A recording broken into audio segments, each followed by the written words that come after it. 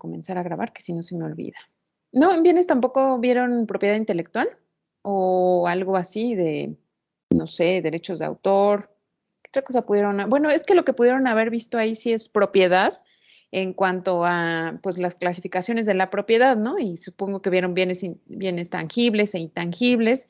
Entonces, en los bienes intangibles está la propiedad intelectual, ¿no?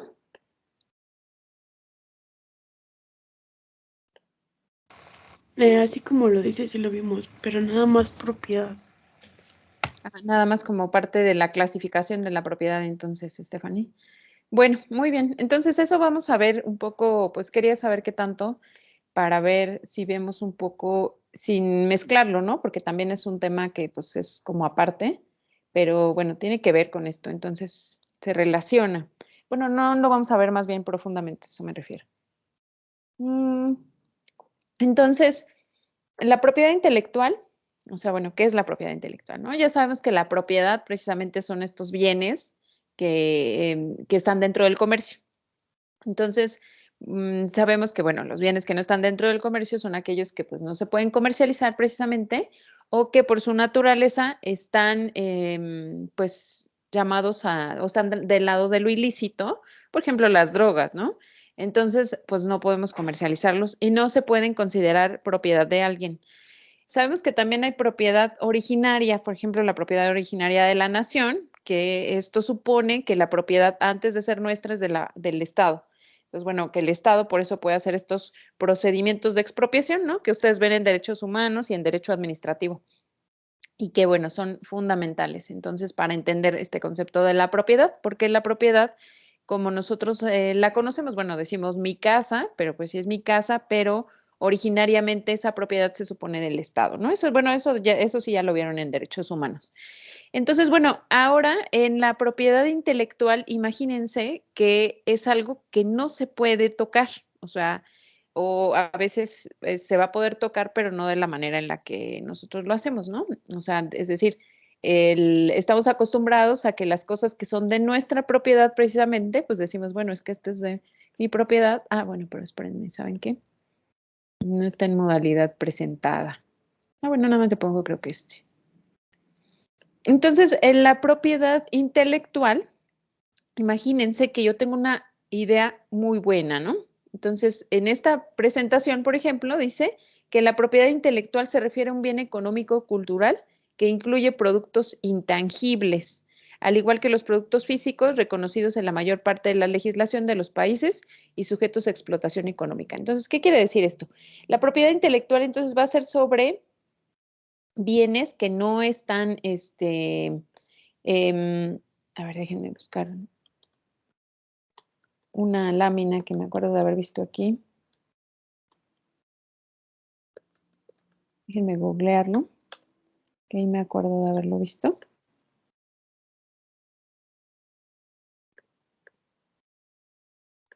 Es que esta presentación es de otro país, entonces va a haber ahí algunas cosas que son diferentes. A ver si lo encuentro rápidamente. Si no, bueno, lo explico así. Quería que hubiera algo gráfico, pero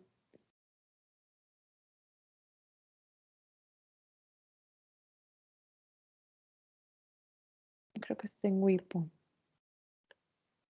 Déjenme verlo rápido, ¿eh?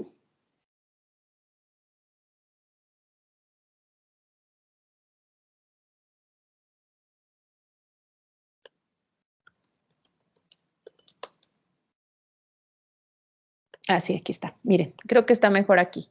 Así es más rápido y lo podemos ver un poco más, pues como de manera, se ven sociedades mercantiles. También yo creo que sí, Eric, yo creo que se ven sociedades mercantiles en la parte, sobre todo, ¿saben qué? Al hacerlas, pues algunos actos como el de, ¿cómo se llama este? El de, pues las franquicias, que es el siguiente tema, que también está relacionado, ahí también lo podemos ver. Aquí está, miren.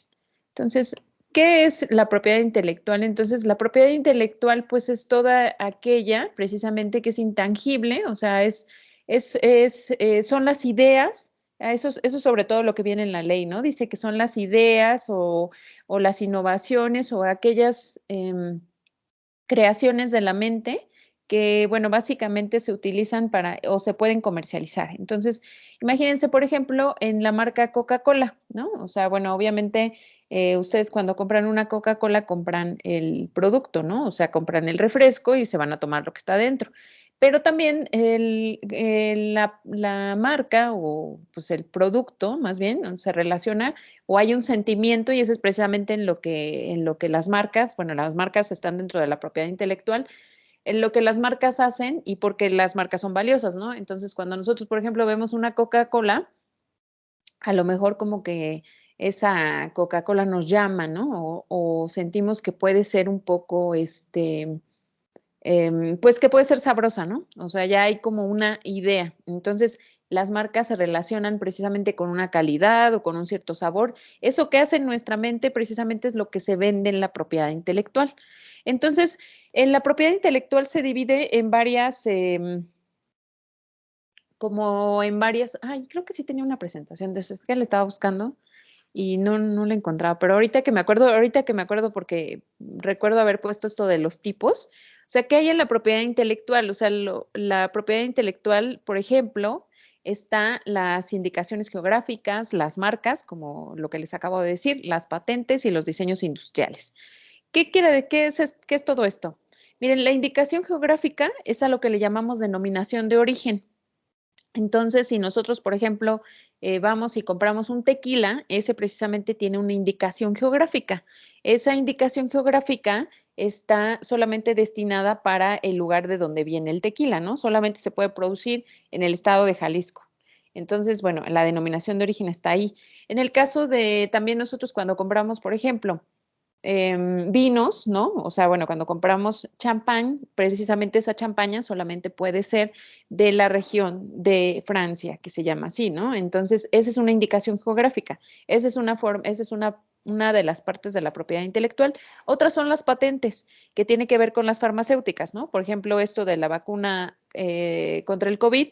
La vacuna contra el COVID, ustedes saben que hay que la CanSino, que la Sinovac y estas tienen cada una su marca, o sea, esas fueron hechas por los laboratorios y nadie más que esos laboratorios la puede comercializar.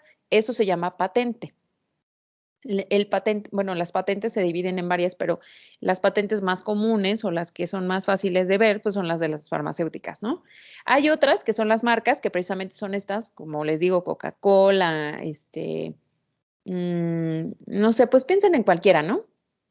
Que pasa en la televisión, el mismo símbolo de Google, no sé qué otra cosa hace referencia. Pueden ser de comida, pueden ser de simplemente de algún producto, ¿no? O pues no sé, las marcas de ropa, ¿no? También que son muy famosas.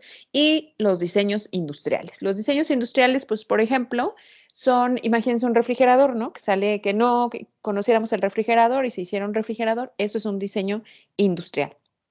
Está hecho a partir de un refrigerador pasado, probablemente, o de un modelo, y de ahí se saca un diseño industrial. ¿Sí? ¿Queda claro todo esto? Entonces, ¿para qué son estas, para qué se protege? Porque las legislaciones protegen la propiedad intelectual, es una de las cosas que más se preserva, además, y es algo, pues que, imagínense eso que hubiera pasado hace, no sé, imagínense 100 años, ¿no? Que pensáramos que la propiedad intelectual iba a valer tanto, porque ahora el comercio, o sea, es muy importante en cuanto a la propiedad intelectual. Entonces, eh, es muy importante porque, pues, la propiedad esta, la intelectual, es más o menos representa el 50% en Estados Unidos del dinero, digamos, que se mueve en la industria. O sea, Estados Unidos es muy poderoso porque vende mucha propiedad intelectual. Entonces, ¿de qué forma se comercializa la propiedad intelectual? Entonces, ¿de qué forma ustedes creen que Estados Unidos vende esta propiedad intelectual que les menciono? O sea, ¿qué es lo que tiene Estados Unidos para tener tanto dinero en activos, tanta inversión en Producto Interno Bruto, tantas empresas? ¿De dónde viene o de dónde creen que viene esa economía tan, digamos, tan fructífera, igual que China, ¿no? Igual que otros países, pero bueno, sobre todo estos. ¿De dónde creen que vienen estas ganancias? ¿Cuáles son las industrias entonces que generan a Estados Unidos ganancias. ¿Cuáles serán? A ver, ¿cuáles te imaginas, Rubén, que serán estas ganancias o estos? Bueno, a ver, ahorita vamos con Rubén, mientras aquí ya está Yarim. Adelante, Yarim. Bueno, no sé si sea correcto, pero como se ha visto en las películas, como que compran ideas de aplicaciones o sobre nuevos medios electrónicos y todo ese tipo de cosas. Ajá, bueno, ese es un campo que nunca, imagínense, pues les digo algo, eso hace 100 años nunca se lo hubiera imaginado, o sea, que dijeran, es que una empresa como Facebook, si se la describimos a alguien del pasado, de hace 100 años, pues seguramente va a decir, eso no creo que deje dinero, ¿no? ¿Quién va? O sea, como una empresa que no tiene nada, que no produce, digamos, nada, como Facebook, va a tener tantas ganancias. Y bueno, y es una de las empresas más poderosas, ¿verdad? Entonces, así es, Yarim. Esa es, digamos que de las que más se diferencia en el mundo, ¿no? ¿Por qué? Bueno, porque constituye una empresa que tiene pues mucho poder económico y que además, bueno, tiene todas las ganancias porque no tiene, digamos, una competencia real, ¿no? Entonces, qué otra te imaginas, Rubén, que sea una empresa de propiedad intelectual?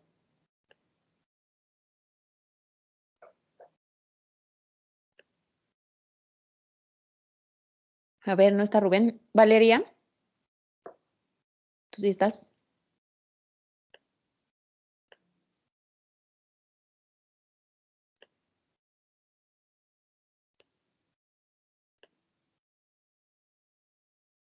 Sí, mande, Valeria.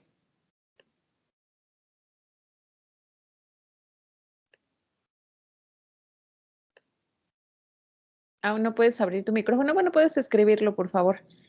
Mientras, déjenme tomar asistencia, ya que ya me acordé, ¿verdad?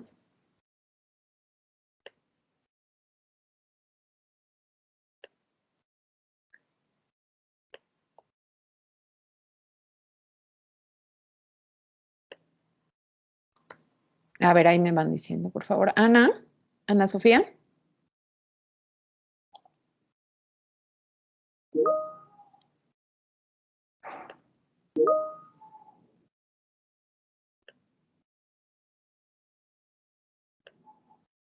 A ver, es que veo que están escribiendo. No, tampoco. Ana.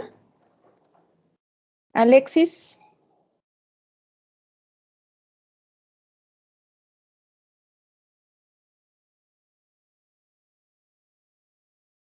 Alejandra Carolina. Presente. Sergio.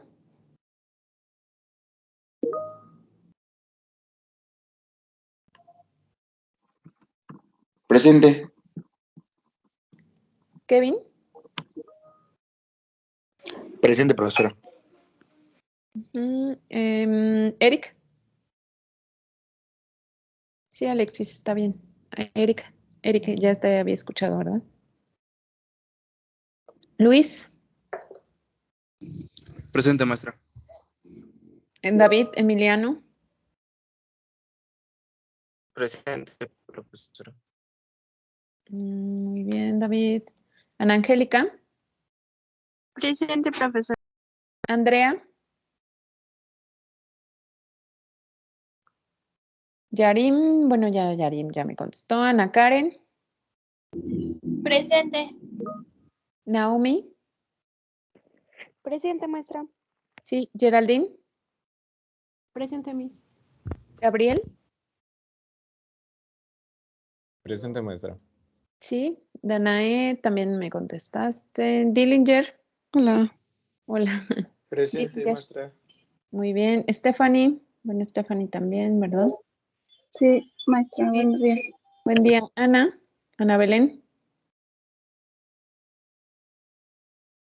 Obed. Mitzi. Alondra. Eduardo. Eric. Mitzi, ¿sí estás? A ver, Mitzi, tú dime, ¿cuáles crees que sean las otras ganancias en donde tiene mucho dinero, digamos, de donde produce mucho dinero Estados Unidos? Eric, Presente. Kelly, ya te vi por ahí, ¿verdad? Mande, profesora. No, nada, era para pasar lista. Kelly, Giovanni, Valeria y Stephanie. Presente, profesora. Giovanni. Sí. Muy bien, Valeria, pues Presente. no sirve. Ah, ya. Muy bien. Y Stephanie, pues ya. Bueno, Valeria es la que nos sirve su micrófono, ¿verdad? Muy bien. Bueno, entonces con esta ya sería la penúltima clase. La próxima es como la... Ah, no, no es cierto, todavía nos quedan 2, ¿verdad? Y la próxima semana es el examen. Entonces, bueno, ya estamos terminando. Y les preguntaba entonces cuál era, está bien, cuál era el otro gran negocio de Estados Unidos en cuanto a la propiedad intelectual.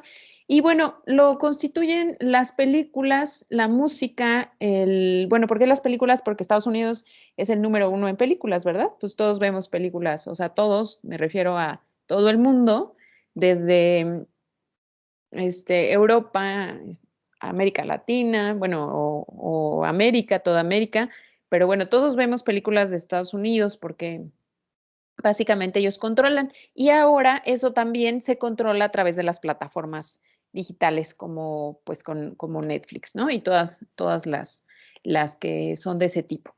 Entonces vemos que Estados Unidos tiene muchas ganancias por la propiedad intelectual, o sea, por este tipo de negocios. Y bueno, lo que vemos entonces también es que hay distintos medios internacionales o tratados internacionales que regulan la propiedad intelectual. Entonces, de hecho, hay digamos que todo un mecanismo que sería muy complejo explicar ahora, pero ustedes ya lo van a ver cuando lleguen a propiedad intelectual. Es un mecanismo muy complejo de explicar porque, pues, imagínense que todos estamos supeditados a lo que se ha firmado en tratados internacionales. Entonces, así existen o sea, existen distintos tratados o distintos tratados, sí, tratados internacionales en los que, por ejemplo, algunos se dedican específicamente a las farmacéuticas, otros a las obras intelectuales, bueno, me refiero a libros, ¿no? Otras se aplican específicamente a las obras musicales, es así, o sea, es una gama muy compleja. Y la mayoría de los tratados internacionales obliga a los países a tomar este tipo de decisiones, ¿no? Que tienen que ver con la propiedad intelectual. Entonces, hoy vamos a ver el contrato de edición, ¿no? Ya todo este preámbulo fue para decir que hay un contrato entonces de edición. En el contrato de edición precisamente se protege la propiedad intelectual. Déjenme compartirles la pantalla. Y el contrato que vamos a ver hoy entonces tiene que ver con que una persona crea, y precisamente eso, recuerden, era lo que les decía aquí en esta presentación de la propiedad intelectual, o en inglés su nombre es copyright, y pues son básicamente esto, ¿no? Los derechos de autor. Entonces el copyright es muy importante porque también es producido precisamente, digo, es protegido por los mecanismos internacionales, ¿no? O sea, les digo, bueno, hay una serie de tratados, pero en nuestro país hay una ley de derechos de autor, hay una ley también de propiedad intelectual, hay una ley de propiedad industrial, hay una ley de propiedad industrial precisamente, y esta precisamente es la que regula los derechos de autor, ¿no? Entonces, bueno, estas se las voy a dejar también, es una presentación en donde explica la propiedad intelectual en Colombia, ¿no? Un poco me parece, ¿por qué Colombia o por qué es interesante voltear a ver a Colombia? Porque Colombia tiene derechos de autor un poco parecidos a los nuestros, pero ha tomado una dirección distinta.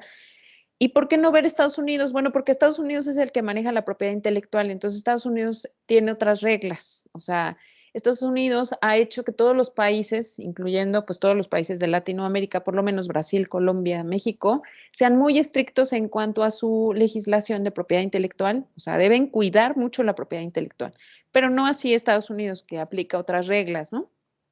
porque básicamente, bueno, sería, les digo, muy largo de explicar, pero entre Estados Unidos y un par de naciones más controlan las decisiones de propiedad intelectual. Bueno, entonces lo que vamos a ver hoy es el contrato de edición. Y este contrato, a ver, déjenme ver, es que creo que ya abrí muchos de estos. Este contrato de edición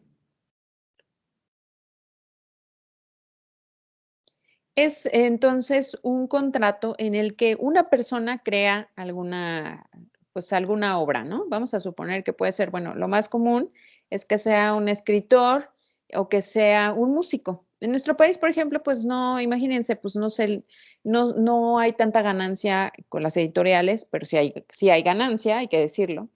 Entonces, se crean ganancias muy importantes, pero también hay que considerar que pues, en el país, por ejemplo, se venden más otras cosas, ¿no? Entonces se vende más la música. Entonces, bueno, también es una parte importante de ver. Em, el contrato de edición, entonces, es el medio por el cual el autor, o bueno, el autor o sus derechohabientes, porque puede ser que el autor pasa como los rockeros, ¿no? Que se muere muy joven. Entonces, bueno, puede ser que los derechohabientes concedan a otra persona llamada editor el derecho de reproducir, difundir y vender la obra a cambio de una determinada remuneración para ambas partes. Con el plazo del contrato está de dos maneras, una en un plazo determinado o depende si se conviene por un número de ediciones, ¿no? Por ejemplo, yo digo, bueno, vamos a hacer, acabo de escribir un libro, entonces, quiero que tú lo edites, o sea, voy con un editor y le digo, quiero que tú lo edites, y eso significa que el editor, pues, lo que va a hacer es que pues, lo va a poner en un libro, ¿no? Lo va a poner así. Entonces va a decir, pues sí, le voy a hacer una portada y de hecho, entre el editor y el autor, a lo mejor el autor no interviene en el diseño de la portada, ¿no? Pero bueno, dice, te voy a hacer una portada que va a ser así, lo voy a vender, lo voy a dar en 500 pesos, por ejemplo, ¿no? O lo voy a dar en 100 pesos y el otro dice, no, pero pues ¿cómo va a valer 100 pesos? Pues si mi libro vale mucho. Y el que va a elegir entonces es precisamente el que lo va a hacer, que es el editor. Entonces, hay un plazo que puede ser, yo digo, bueno, vamos a hacerlo por 10,000 ejemplares, ¿no? Cuando vendas 10,000 ejemplares, el contrato se termina. O podemos decir, no, pues cuando en un año, si no se vende nada, pues entonces esas obras que se quedan, pues me las regresas. O no me las regresas, más bien me las vendes, ¿no? Y esas sí me las vas a vender a 100 pesos. Todo eso lo arreglamos previamente al contrato y ahorita vamos a ver que la ley nos permite eso. Entonces, los contratos que en nuestro país son los más comunes, no son los únicos, pero son los más comunes, son el contrato de edición de obra literaria y el contrato precisamente el que les digo, de obra musical. El de edición de obra literaria, pues tiene que ver con lo que les digo, ¿no? Con los libros. Entonces, regula precisamente lo que la empresa editorial va a hacer con el libro. O sea, básicamente desde qué papel le va a poner, ¿no? Cuánto le va a costar la creación de un libro. A lo mejor un libro, imagínense que cueste hacerlo, que cueste unos 50 pesos, ¿no? Dependiendo del tipo de papel, dependiendo del tipo de pasta y todas estas cosas. Entonces, ¿qué es lo que se imaginan que es un editor? ¿Qué será un editor? O sea, ¿cuál es cómo se imaginan al editor? A ver, Naomi, ¿cómo te imaginas al editor? O sea, ¿qué características tiene? ¿Es una persona física? ¿Es una persona moral? ¿Cómo te imaginas al editor? Al editor en este caso, por ejemplo, de los libros, ¿no, maestra? Ujú, sí, Pues sí. yo me imagino que podría ser tanto una persona física como una persona moral, ¿no? Porque se constituye ahora sí que, pues sí, ¿no?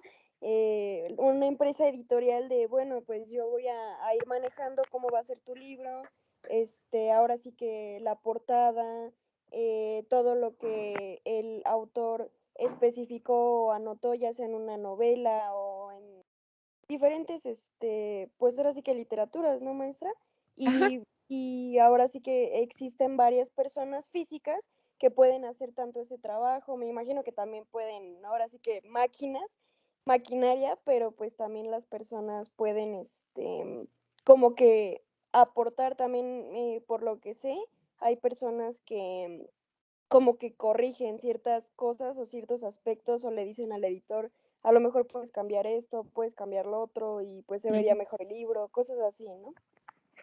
Muy importante lo que mencionas, Naomi, que ya me acordé que no lo puse en la presentación, pero precisamente se pueden hacer entonces correcciones del libro. O sea, imagínense, pues no sé, pues si hablamos de una obra clásica, ¿no? Como es esta, que es Rayuela de Cortázar, o si hablamos del Quijote, por ejemplo, que también está por ahí. Si hablamos de esas obras, pues, ¿qué es lo que va a pasar? Que, o sea, si le dicen, en este caso, dice Naomi, hay alguien que se encarga de esto que se llama corrector de estilo, ¿no? Entonces el corrector de estilo va a leerlo y va a decir, pues fíjate que yo le cambiaría esto, le quitaría un capítulo. Entonces, bueno, esto comienza a ser una cosa compleja cuando son escritores, pues digamos ya consagrados, ¿no? O sea, bueno, obviamente eso no pasó con Cervantes porque él escribió su libro no pensando en que lo fueran a leer millones de personas, ¿no? Entonces, pero actualmente la industria de los libros es así como menciona Naomi. Entonces, imagínense, le dan a alguien el manuscrito, ¿no? O sea, vamos a suponer el manuscrito, obviamente que ya no está manuscrito. Antes le decíamos manuscrito porque estaba escrito así, con el puño y letra del autor, ¿no? Como lo escribe en su cuaderno. Pero ahora ya no está escrito así, sino que el manuscrito, pues es básicamente un borrador que está a lo mejor pues ya hecho el libro, ¿no? Está hecho en computadora y todo pues más o menos llevado a cabo. Pero entonces, ¿qué es lo que va a pasar? Lo primero que va a pasar es que precisamente el editor adquiere la posibilidad de hacer una serie de innovaciones o una serie de observaciones. Les digo, eso va a depender del tipo de autor, porque imagínense, pues si suponemos que es un autor consagrado, ¿no? Ahora los que más escriben, por ejemplo, o los que sacan muchos libros, pues son Stephen King, ¿no? O que venden siempre estos que se les llaman best sellers. Entonces él siempre vende mucho, o Murakami, ¿no? O sea, son autores que venden muchos libros. Bueno, o hay otros autores. Entonces, esos libros pues difícilmente van a sufrir un cambio. Pero en la industria musical lo podemos ver más, ¿no? Incluso si vemos la serie esta de Luis Miguel, pues nos vamos a dar cuenta ahí de quién es el editor, ¿no? Entonces, el editor, o sea, vean ustedes que hay una persona que tiene una empresa y yo les preguntaba, ¿es una empresa o es una persona física? Bueno, puede ser una persona física, la ley no señala otra cosa en contrario, pero lo que sí podemos ver en general en la ley es que las obras musicales, tanto las obras musicales como las obras editoriales, están llevadas con una finalidad comercial. Entonces, por eso vemos este contrato aquí, porque tiene siempre una finalidad comercial. O sea, es decir, el editor difícilmente va a ser una persona que es muy altruista y dice, ay, a mí me gusta mucho que la gente escriba, entonces los voy a apoyar a que escriban y no voy a tener ganancia, ¿no? El editor siempre está buscando una ganancia. Entonces, en el caso de la obra musical, o sea, les digo, piensen en la serie de Luis Miguel, el contrato discográfico se lleva a cabo entre Luis Miguel y no me acuerdo cómo se llamaba el del dueño del sello discográfico en la primera temporada, que era un argentino. Entonces, bueno, este argentino pues era precisamente el que tenía, él era el editor. O sea, y tiene un representante además, ¿no? La mayoría de los músicos, pues como vimos, el papá de Luis Miguel, pues era el que propiamente celebraba el contrato, ¿no? Entonces era un representante precisamente. Y entonces, ¿quién sería dueño de los derechos de autor en ese caso? Fíjense, eso es algo muy interesante, pero es muy debatido, ¿no? En principio, el que crea la obra literaria, o sea, aunque su papá sea su representante y aunque tenga una empresa editorial, el que produce los derechos de autor o el que los crea en su mente, el que los idea, ese siempre va a ser el autor y siempre va a tener derechos del tipo de los derechos patrimoniales. O sea, siempre va a tener un derecho que le va a quedar para explotarlo. eh, o no para explotarlo, sino más bien para, una vez que se termine el contrato, pues va a poder seguir diciendo que son que es su creación, ¿no? No sé si me explico. Entonces, bueno, a ver, ahorita me explico mejor. Entonces, el contrato discográfico, que es muy popular en nuestro país, es aquel celebrado entre el autor y el titular del derecho de la obra musical. Fíjense, es el titular del derecho de la obra musical y adquiere entonces el editor la posibilidad de la remuneración. Junto con el autor, claro, los dos van a tener ahí una ganancia, ¿no? ¿Quién va a tener la mayor ganancia? Seguramente el editor. Entonces, el autor lo que realiza es una fijación fonográfica de su obra. ¿Qué es esto? Antes, la fijación fonográfica se hacía en un disco. Entonces, para que yo tuviera el derecho de autor, yo tenía que producir la obra musical y luego grabarla, ¿no? Porque, bueno, pues, si estamos hablando de la época de Mozart, pues él no grababa discos, ¿no? Él tenía las obras en una partitura, pero después lo que se empieza a hacer es que estas se tienen que poner en un fonograma precisamente. Y este fonograma, pues era un disco de estos de acetato. ¿Para qué? Para la venta, distribución y, claro, a través de eso, la explotación de la obra. ¿Sí me explico? O sea, el que tiene una idea, ¿no? Yo digo, ay, voy a hacer una canción. Entonces hago una canción y es muy exitosa, ¿no? Entonces, obviamente, yo creé la obra y siempre voy a ser el que crea la obra. Si así lo quiero, porque también existe la posibilidad de que yo tenga un seudónimo y nadie sepa quién soy, ¿no? Entonces, imagínense que soy como Daft Punk, ¿no? Y me pongo un casco y nadie sabe quién soy. Pero también puede ser que, que yo me creo un personaje, ¿no? Y digo, bueno, pues soy este personaje y esa persona canta y esa persona se supone que el autor. Entonces, depende mucho del que crea la obra, cómo lo van a conocer. Digamos que esto de, ¿para qué quiere alguien ser autor? Pues quiere alguien ser autor para tener esos derechos de explotación en el futuro, porque el contrato se va a celebrar a lo mejor por 50 años, ¿no? Y eso va a ser toda la vida, pero también probablemente el contrato se celebre por 5 años. Y entonces, pasados esos 5 años, yo voy a seguir conservando mis derechos para llevármelos a otro lado. ¿Sí? ¿Sí me explico? Vamos a ver que hay algunas características especiales. Entonces, este contrato debe constar por escrito, tanto el autor y el editor, pues ya saben lo que quieren o lo que planean hacer, ¿no? Cada uno pone sus condiciones. Entonces, como vemos, es como la mayoría de los contratos. Este es temporal, o sea, la ley no indica que tiene que ser determinado tiempo, pero el contrato, por ejemplo, el de obra literaria, les digo que puede ser bien por determinado número de obras o bien por una cantidad de tiempo, ¿no? O sea, 1 año, 2 años. Entonces, bueno, aquí lo que nosotros vemos es que hay una serie de elementos de autor y una serie de los elementos personales. Entonces, entre los elementos personales, bueno, que son los más importantes y de eso quería decirles, están el autor y el editor, ¿no? O sea, bueno, dejemos de lado que hay otros que intervienen. En el contrato de edición, entonces, el titular de los derechos de autor, o sea, el que crea la obra precisamente, es quien concede el derecho a reproducirla. O sea, él es el que le está dando el derecho al otro de reproducir esa obra.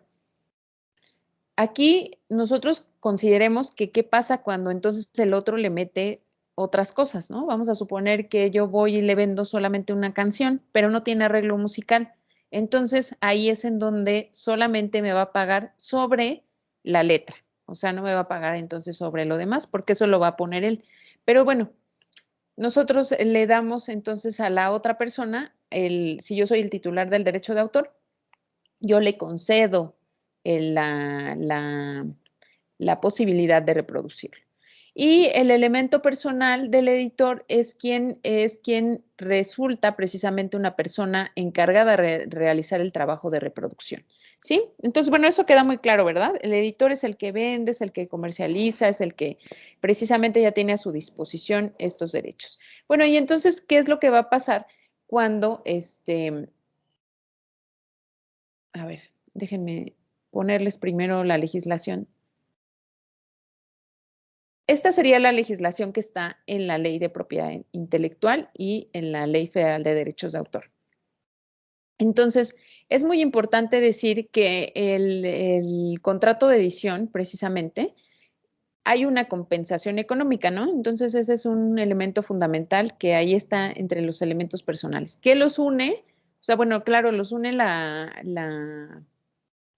posibilidad de que alguno de ellos diga, bueno, yo sí quiero que comercialices mi obra. Y el otro dice, bueno, yo sí la comercializo, pero ahí los une entonces una compensación económica. Los dos van a recibir una compensación económica, pero el que la va a recibir inmediatamente, pues es el autor, ¿no? Porque le van a decir, bueno, te doy un anticipo de las regalías, por ejemplo. Eso es lo que casi siempre se maneja en todos los contratos. Entonces, aquí vamos a ver que hay una serie de posibilidades, ¿no? Entonces, ¿qué es lo que dice cuáles son las obligaciones del editor? Bueno, el editor puede reproducir la obra sin necesidad de que imagínense que cada vez que se va a reproducir el autor diga, sí, estoy de acuerdo, ¿no? Sino que de manera automática ya puede el editor reproducir. También puede, por ejemplo, decir cuántas ediciones va cuánto tiraje más va a sacar. En el caso solamente de que sea por tiempo determinado, ¿no? Pensemos en que dice, bueno, vamos a tener este contrato por 5 años. Entonces, en ese periodo de tiempo, pues puede sacar un tiraje mayor, pero si el contrato es por tiraje, entonces no puede. Va a proceder a la distribución de la obra en el plazo y las condiciones estipulados, ¿no? Básicamente. ¿Qué más va a pasar? Ay, es que aquí estaba.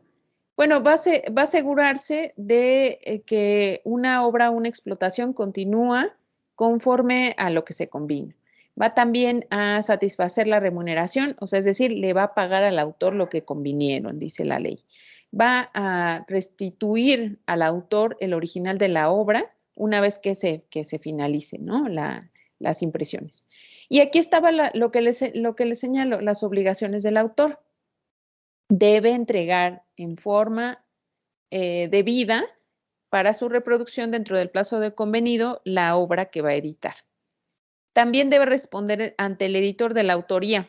Imagínense que es un plagio. Entonces, ¿quién es el que va a responder? Pues el autor es el que va a responder, ¿no? O sea, tiene que sacarlo a salvo, decimos, de los derechos, ¿no?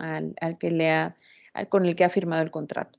También puede corregir las pruebas, o sea, las pruebas de tiraje. Entonces dice, bueno, ¿sabes qué? Te equivocaste, entonces corrígelo.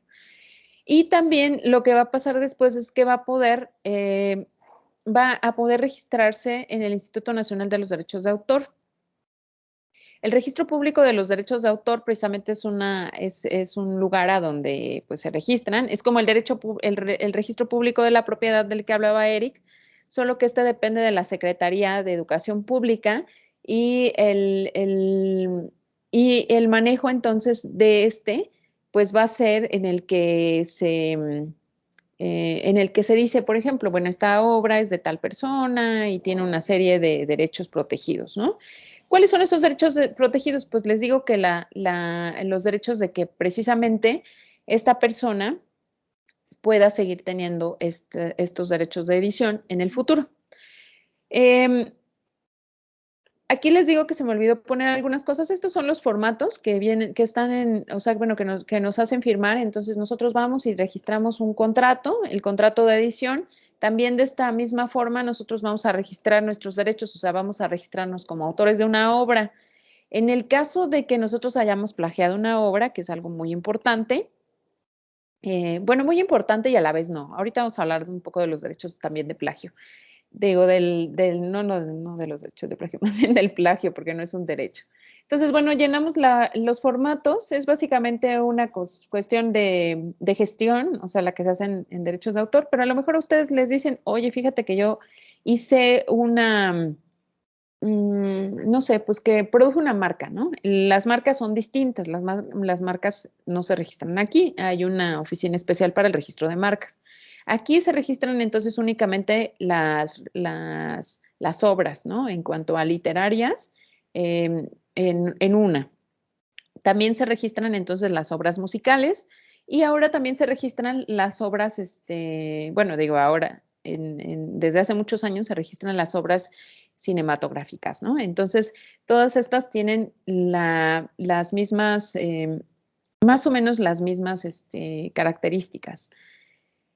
¿Qué más? Lo otro que les iba a decir, pues, es qué pasa con el autor y el editor, ¿no? Los derechos del autor y los derechos del editor. Entonces, esto era lo otro que se me olvidaba. El derecho del autor, les digo, este es de los que, ustedes se acuerdan que una de las características de los derechos humanos es que son imprescriptibles, ¿verdad? ¿Qué significa que sean imprescriptibles los derechos, Adonai?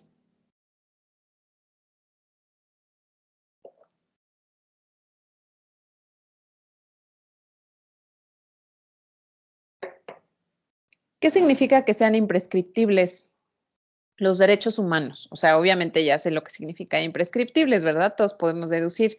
Pero digo, cuál es el fondo del asunto en esto de que los derechos humanos son imprescriptibles?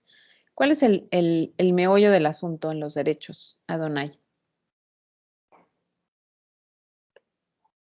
A ver, ¿no está Adonai?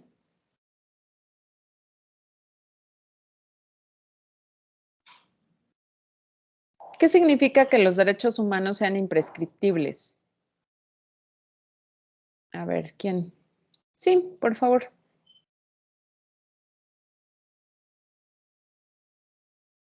A ver, mientras, ¿quién le ayuda, por favor? A ver, David Emiliano, ¿qué significa que los derechos humanos son imprescriptibles? Ajá, bueno, tiene que ver un poco con la palabra, ¿no? Pero entonces, no pierden vigencia y bueno, ¿cuál es como el meollo del asunto ahí, no?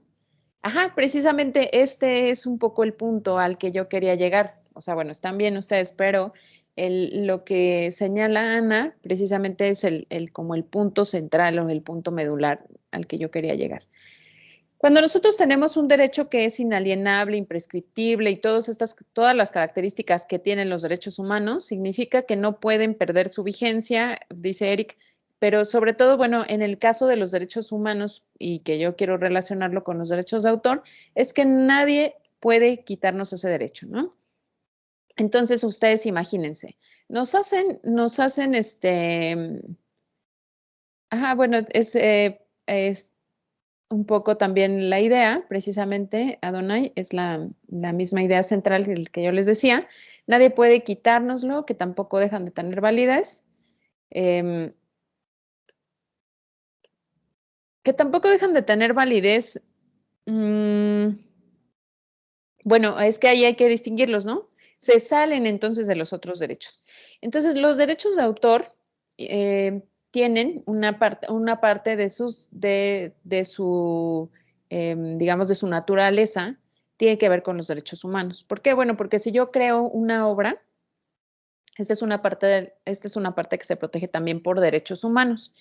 Entonces, yo no voy a poder perder nunca, a pesar de que ceda una parte digamos, del derecho. O sea, imagínense en el caso de que yo hago una canción que es muy famosa, ¿no? Y entonces ya me pagaron por ella. Imagínense que me pagaron 100,000 pesos y luego la canción se hace tan exitosa que gana millones de dólares, ¿no? Entonces, bueno, ya a mí me pagaron 100,000 pesos y eso no significa nada en comparación a lo que va a tener esa canción.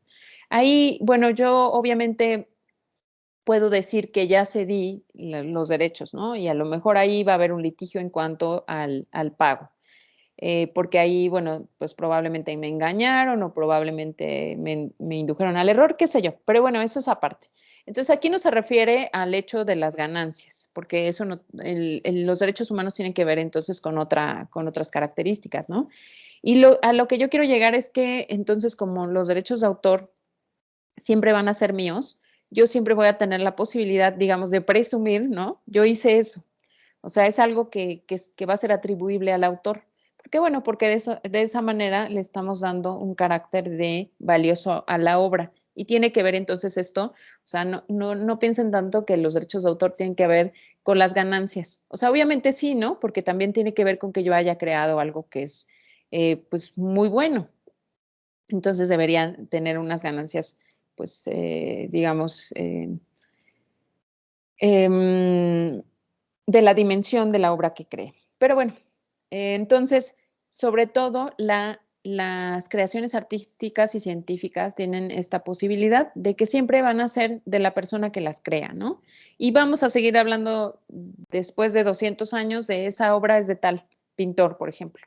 Pues obviamente el dinero ya no le va a servir de nada, ni el prestigio, porque pues seguramente va a estar muerto, pero le va a servir, o le va a servir, digo, le vamos a dar como el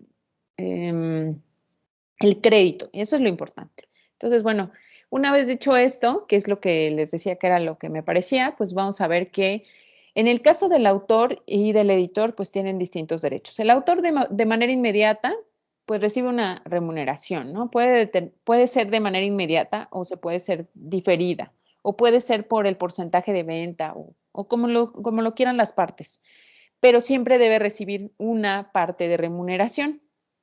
Entonces, bueno, hay otros contratos en los que yo cedo mis derechos de autor y digo que no quiero ninguna compensación económica, pero ahí hay una limitación y es una limitación muy importante. Si yo cedo mis derechos de forma gratuita, la otra persona a la que se los estoy dando no tiene la posibilidad de comercializarlos. ¿Sí me explico?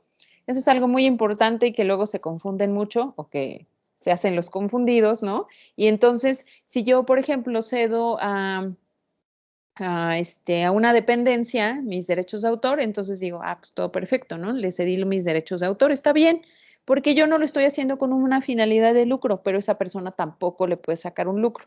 Ahí es en donde está la protección a derechos humanos. Eso es lo que se ha dicho en los comités de derechos humanos, entonces es importante saberlo. Se debe garantizar al editor el ejercicio pacífico del derecho, o sea, es decir, pues que no esté metido ahí en una cosa violenta. Y también se debe respetar el plazo, ¿no? Entonces, decimos, de manera general, el autor tiene como derechos, pues, conservar la propiedad intelectual de su obra. Eso era lo que les decía, que es el derecho humano, ¿no? A conservarla, digamos que en cuanto a decir, pues es mío, o yo lo hice. Elegir también si se va a editar, y también si yo me quiero salir de un contrato, pues ahí hay un problema, ¿verdad? Un problema, pues, jurídico. Pero yo me voy a poder salir del contrato porque nadie puede obligarme a estar en un contrato que no me conviene, que fue, no sé, o sea, una serie de características que por eso les digo que lo acercan a los derechos humanos. Entregar las reproducciones para la difusión y venta, o sea, entonces, ¿qué es lo que pasa? Si imagínense que hicimos un contrato por 1000 ediciones, ¿no? Y entonces, bueno, me dijeron, voy a hacer un tiraje de 1000 ediciones, vamos a vender las que se puedan y si las vendemos todas, hacemos un segundo tiraje. Pero resulta que no se venden.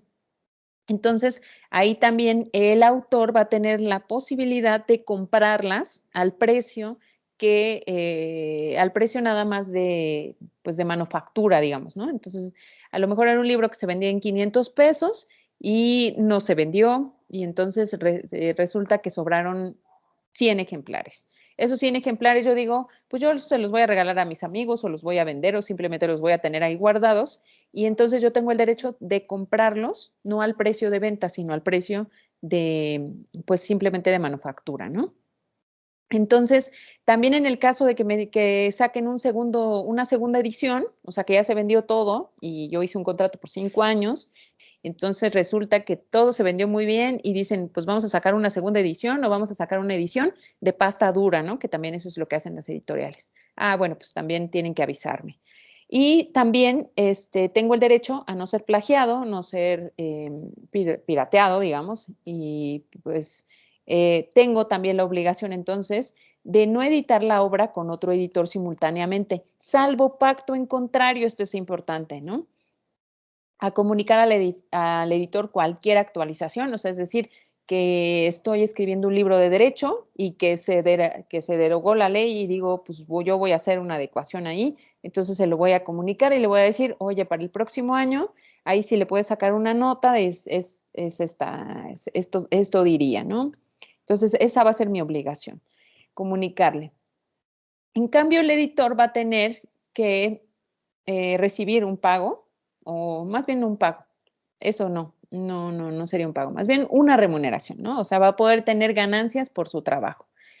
Va a correr el riesgo de la publicación y eso es muy importante. Entonces, cuando les pregunte, que no les voy a preguntar porque en el examen no viene esa pregunta, pero si les preguntara quién corre el riesgo en el contrato de edición, el que corre el riesgo sería el editor. Entonces, tampoco puede sin autorización modificar la obra. Eso es algo que no puede hacer, o sea, no puede decir él, oye, es que ya hubo una reforma en la ley, entonces lo voy a cambiar, ¿no? Y le voy a poner ahí que ya es otro artículo o ya se derogó o qué sé yo. Eso no puede hacer. Y tampoco puede publicarlo con un nombre que no sea el que se combina. ¿Cuáles son sus derechos entonces? En general, reproducir y difundir la obra, ganar comisiones, ¿no? O sea, ganar lo que ya se señaló en el contrato, tener la exclusividad de la edición, si eso también fue lo que se pactó. Puede solicitar al autor que por ejemplo, que salga su foto, que salga una pintura, que salga, que él mismo fotografíe las reproducciones, ¿no? Y los deberes entonces será editar las reproducciones en el número acordado, pagar al autor los derechos, no piratear a la obra del autor, ¿no? O sea, no puede decir, bueno, voy a sacar otra igualita, pero le voy a poner otros nombres a los personajes, por ejemplo, o voy a sacar una canción que sea la misma, le voy a cambiar ahí unas cosas y va a ser básicamente igual, ¿no? Entonces, siempre tiene que comunicar al autor la publicación, difusión y venta de nuevas ediciones. Esas serían sus obligaciones. Y bueno, les decía que el contrato de edición tiene una cosa compleja, ¿no? Por ejemplo, en México hay muy pocas editoriales. Ustedes han visto que pues hay, o sea, bueno, las editoriales que hay, la mayoría de esas editoriales no solamente vende libros del mercado mexicano, sino que hace en general ediciones para toda América Latina, ¿no? Entonces, por ejemplo, una de las empresas más grandes en Latinoamérica es Random House, y Random House tiene una serie pues, de editoriales, digamos, o sea, de sellos editoriales.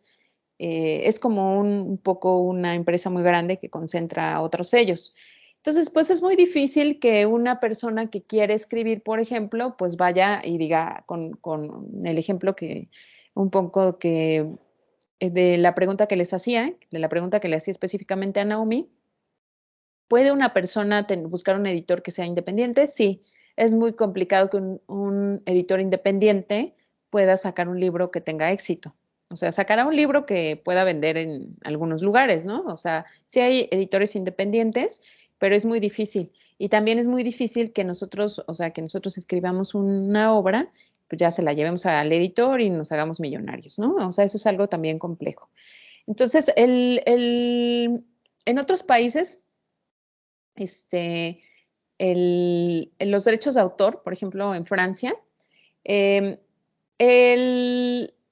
digamos que los contratos, o sea, tienen características distintas, ¿no? O sea, digamos que los países protegen de distinta manera sus derechos de autor. Entonces, por ejemplo, en Francia es admisible la inserción en el contrato de una cláusula en la que se compromete a preferir al editor para las obras futuras. Entonces, esto pasa, por ejemplo, también en Estados Unidos, cuando vemos que autores tan famosos, les decía, como Stephen King o como Murakami, que bueno, que aunque es japonés, escribe en Estados Unidos. Entonces, estos ya tienen como apalabradas con las editoriales, pues distintos libros, ¿no? O un número de libros. Entonces, pues cada año sacan un libro y de esta forma, pues se comercializa. Entonces, bueno, aquí el derecho de preferencia en México también existe y también es algo que se ha llevado, pero sobre todo es porque les digo, hay pues hay sellos que están en distintos países y esto se trae para acá, ¿no? En la propiedad también intelectual, en España, por ejemplo, el contrato de edición puede tener, digamos, una posibilidad de reproducir la obra y de distribuirla. Entonces, el editor se obliga a realizar operaciones por su cuenta y riesgo. Esto, o sea, si se dan cuenta, aquí el contrato de edición se digamos que se diversifica, ¿no? Porque entonces no solamente son a las que se compromete, sino que también puede decir, bueno, ¿sabes qué? También me voy a comprometer a sacar otras, pero estas me van a generar mayor ganancia y entonces van a correr por mi riesgo, ¿no? Y así, en otros países también tenemos distintas características de las obras escritas. Por ejemplo, en Alemania, respecto al contrato, se puede extinguir unilateralmente transcurridos los 5 años. Esto no pasa aquí, porque ya les digo que aquí se obligan. Y en caso de que nosotros ya no queramos un contrato, vamos a tener que celebrar a ver, espérenme un tantito, es que se le va a acabar la pila. Denme un segundo porque está desconectado esto.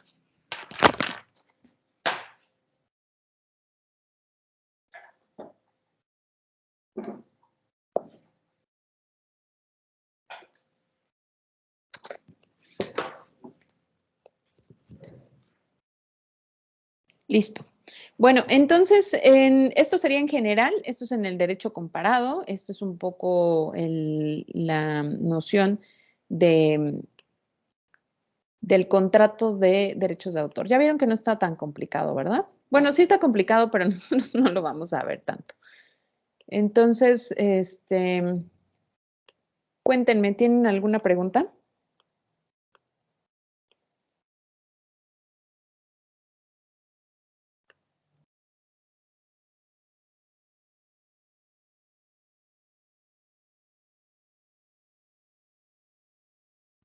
Todo bien, profesora.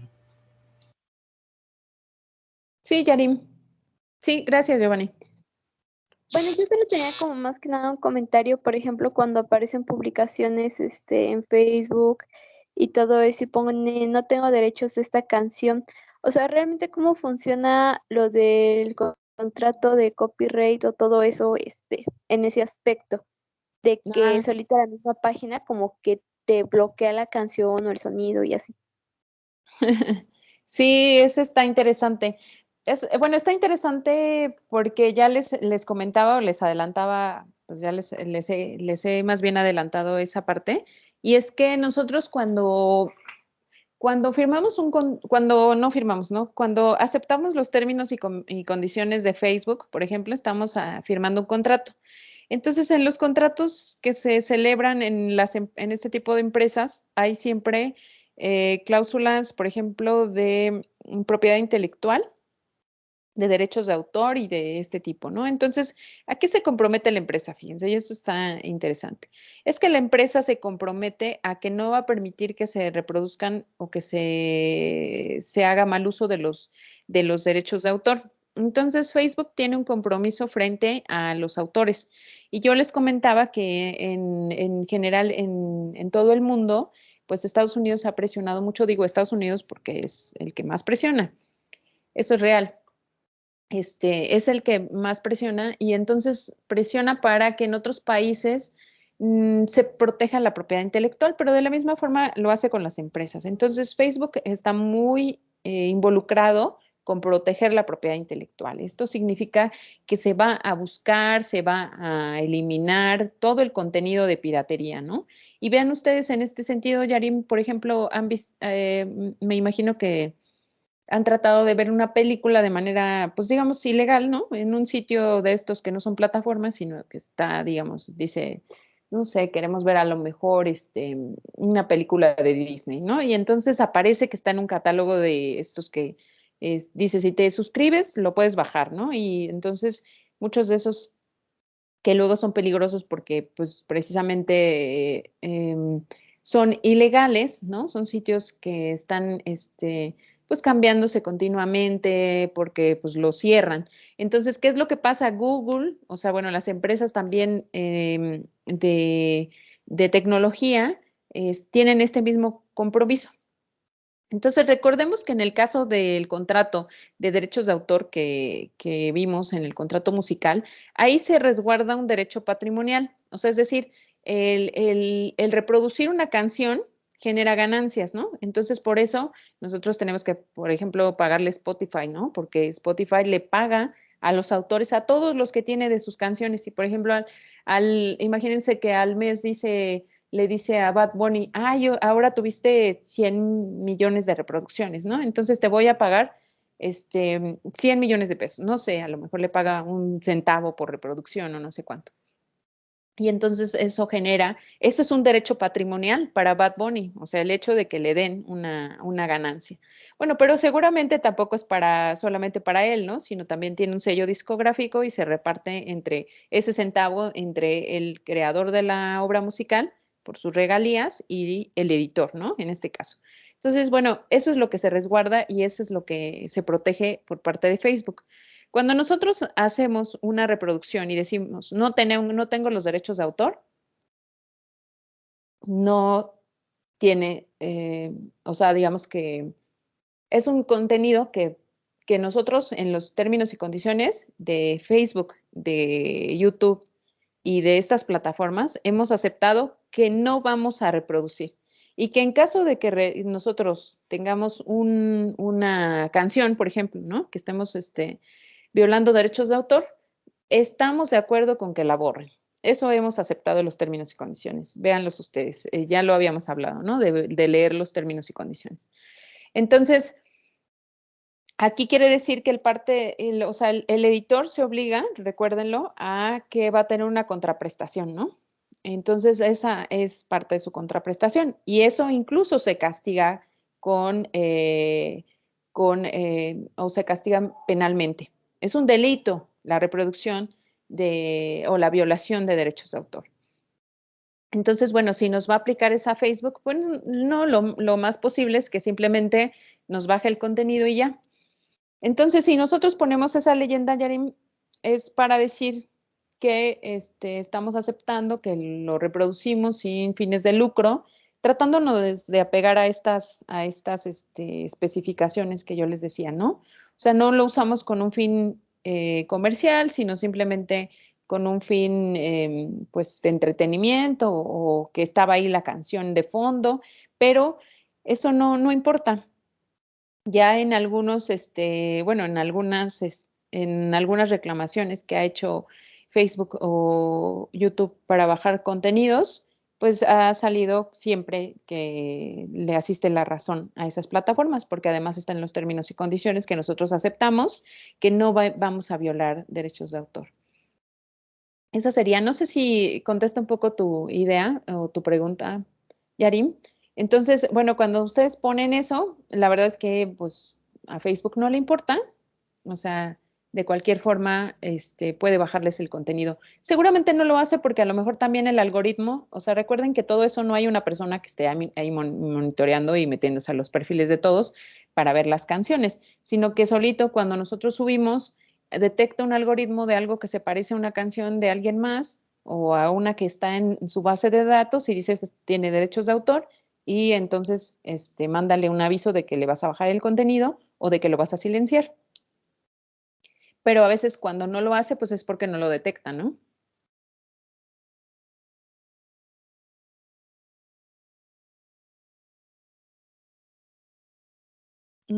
¿Qué otra cosa? Déjenme ver.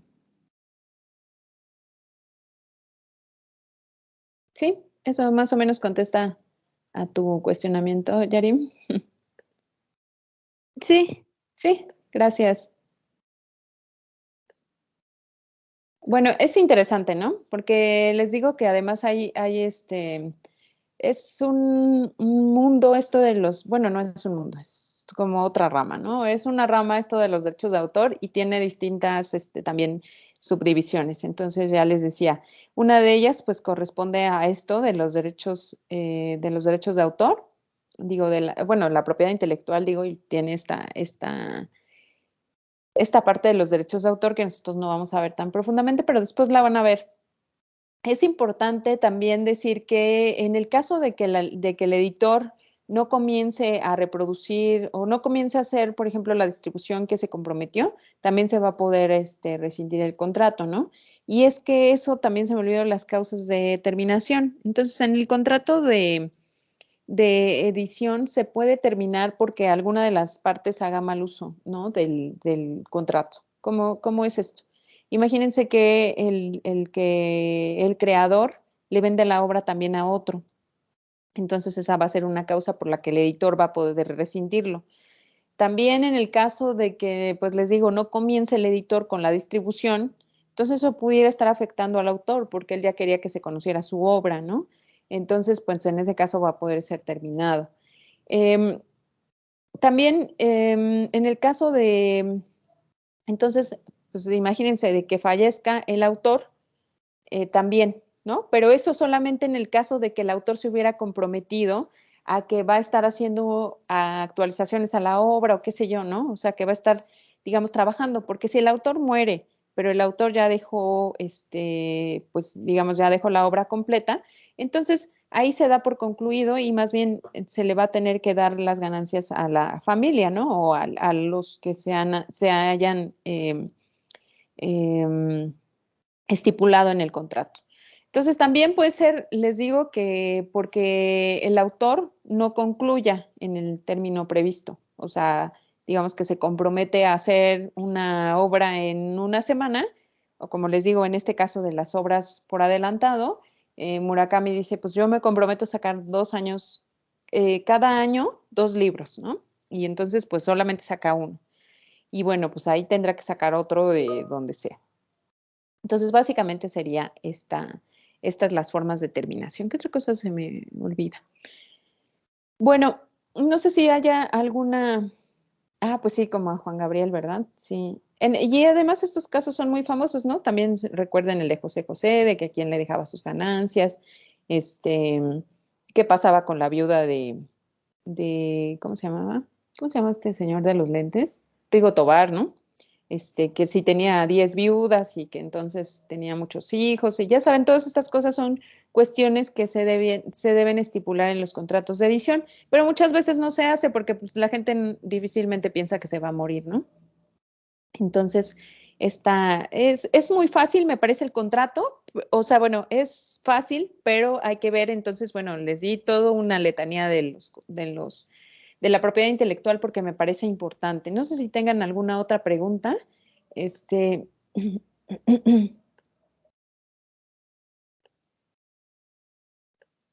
¿No? Bueno, con este vamos a terminar el contrato de edición y comenzaríamos el de franquicia, pero si quieren lo comenzamos la próxima clase. Todavía nos quedan para repasar la próxima clase. Mientras les diría que, muy bien, Andrea. El contrato de franquicia, o sea, bueno, para ir viendo qué se relaciona con la propiedad intelectual, ¿no? Para ya relacionarlo un poco con el tema. El contrato de franquicia tiene que ver con una comercialización y tiene que ver con una palabra que es muy descriptiva, que vamos a ver en la próxima clase, que es el know-how, ¿no? Que tiene que ver entonces con los conocimientos, o sea, qué es lo que se vende cuál es el objeto de la franquicia. Bueno, en la franquicia, o sea, pudiéramos decir que, imagínense que yo voy a hacer una franquicia y me dicen, bueno, ¿de qué va a ser tu franquicia, no? En principio, pues ni tengo un negocio, pero bueno, vamos a suponer que, ahí me dicen, bueno, ¿y de qué va a ser tu franquicia? Y digo, no sé, pues apenas la voy a crear. Eso no es posible. O sea, la franquicia es sobre un negocio que ya tiene una experiencia, que ya tiene un modelo de negocio, que ya tiene pensado en, no sé, si es el de comida, que es como muy fácil de ver. Entonces, si yo digo, bueno, voy a vender hamburguesas, papas y refresco, ¿no? Y ya. Entonces, ese va a ser mi menú, esas 3 cosas. Que la hamburguesa puede ser doble, que puede ser vegana, que puede ser, no sé, o sea, ya le voy a ir poniendo a lo mejor distintos productos. Que si las papas pueden ser chicas, medianas o grandes. Entonces, todo eso que yo ya creé, porque no nada más es que yo, pues, les digo, pues yo digo, voy a hacer un negocio, una franquicia de hamburguesas, pero no sé cómo son las hamburguesas, ¿no? Ni sé hacer hamburguesas. Bueno, eso tampoco se puede. Lo que yo ya tengo que tener entonces es un conocimiento, un manejo del negocio, un modelo de negocio, lo que ya les había comentado, les repito.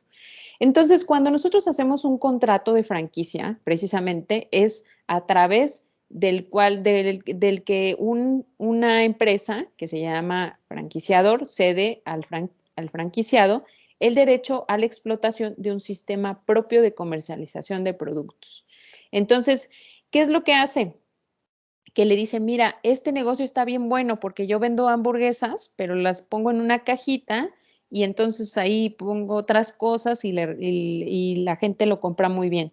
Entonces la hamburguesa ni está tan caliente, ni tienes problemas para manejarla. En fin, yo ya tengo un conocimiento, precisamente por eso les decía el otro día de la película, ¿no? De McDonald's. Entonces ya tenía un conocimiento de cómo se manejaba, de que si la carne se echa a perder, de que si la carne va con conservadores, que si va con sal, que si le pone poquita sal, que si le pone mucha, porque entonces a la gente le gusta más. En fin, todas esas cosas que yo ya estuve experimentando son las que le voy a poner a la franquicia.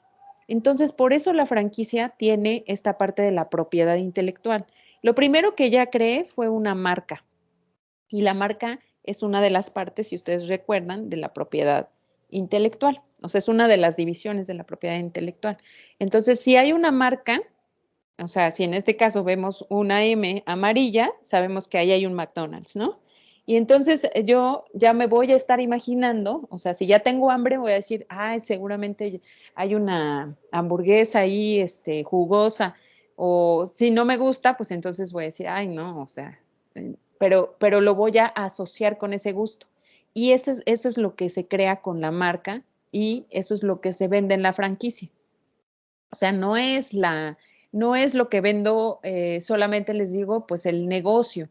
Eso cuando ustedes han visto que dice se traspasa negocio y que significa que me van a dar un negocio que ya está a lo mejor pues acreditado, ¿no? Y a lo mejor pues es una papelería y entonces esa papelería me van a decir, te paso el negocio, pero tú compras tus cosas de papelería, yo aquí nada más te voy a dejar el negocio y el hecho de que la gente ya sabe que aquí hay una papelería.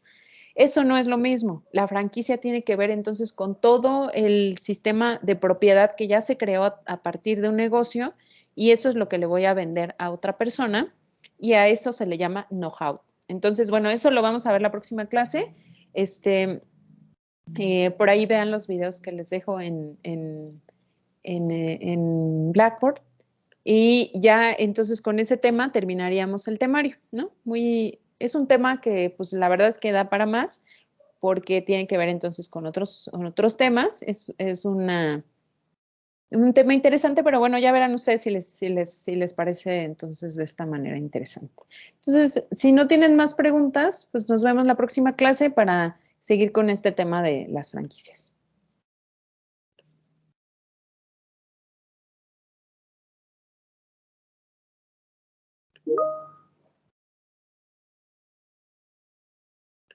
Y ya les mando de veras sus correcciones para lo del cuestionario para que puedan ir estudiando y no dejen de estudiar entonces el fin de semana, esta semana y la próxima semana. La próxima clase comenzamos a hacer más preguntas, muchas preguntas para que puedan estar preparados, para el examen. No se preocupen, el examen me parece que está, no, ya ni lo voy a decir, me parece que tienen que estudiar entonces, pero ni voy a decir que está fácil porque luego se confían. Mande, Giovanni. Le mandé un mensaje por Blackboard a ver si más tarde me podría atender. Sí, claro. Muchas gracias. Ahora lo veo. ¿De qué, Giovanni? Del cuestionario. No, o sea, digo, no hay de qué. Ahorita lo veo, Giovanni. Gracias. Muy bien. Entonces ahí se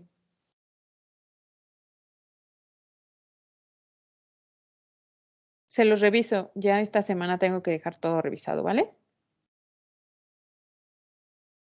Ok, maestra, está bien. Sí, maestra, gracias. ¿De qué? Gracias a ustedes. Hasta luego. Nos vemos el viernes. Terminar. Hasta luego, maestra. Nos vemos. Gracias. Hasta luego. Buen día a todos. Profesora, ¿sí puedo subir el contrato?